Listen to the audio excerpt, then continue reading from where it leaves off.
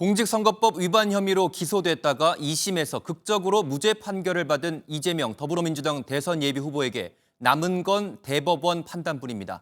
그런데 대법원이 이재명 후보 사건을 대법관 전원이 판단하는 전원합의체에서 결론을 내리기로 했습니다. 유력 대선 후보인 만큼 중요한 사건임을 고려한 것으로 보이는데 대법원은 회부 당일 첫 논의도 시작해 심리에 속도를 내는 모습입니다. 보도에 우종환 기자입니다. 이재명 더불어민주당 대선 예비 후보의 공직선거법 위반 최종 판단이 대법원 전원합의체에서 나오게 됐습니다.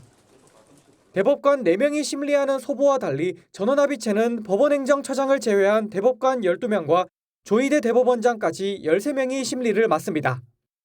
다만 중앙선거관리위원장을 겸직하고 있는 노태학 대법관이 이해충돌 우려로 회피를 신청하면서 이 후보 사건은 12명이 심리하게 됩니다.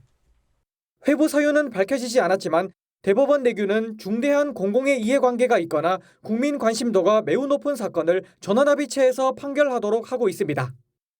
유력 대선 주자 사건임을 고려해 판결의 권위를 높이겠다는 의지로 해석됩니다.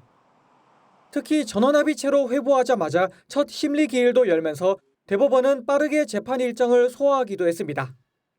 다만 불과 40여일 정도 남은 대선 이전에 선고하기는 쉽지 않을 전망입니다. 대부분 전합 사건이 선고까지 1년을 넘기는 경우가 많기 때문입니다. 반면 이 후보가 2018년 지방선거 당시 친형 강제 입원시킨 적 없다, 검사 사칭한 적 없다 발언으로 기소됐던 사건은 9개월간 소부에서 심리한 뒤 전합으로 넘어가 한 달 만에 선고가 나오기도 했습니다. 이 후보는 지난 대선 당시 김문기 몰랐다, 국토부 협박 발언 등 허위 사실을 말한 혐의로 기소됐지만 지난달 2심에서 무죄 판결을 받았습니다. 공직선거법 사건 오늘 전원합의체 회부되고 심리까지 열렸는데 대법원 판단 어떻게 보십니까?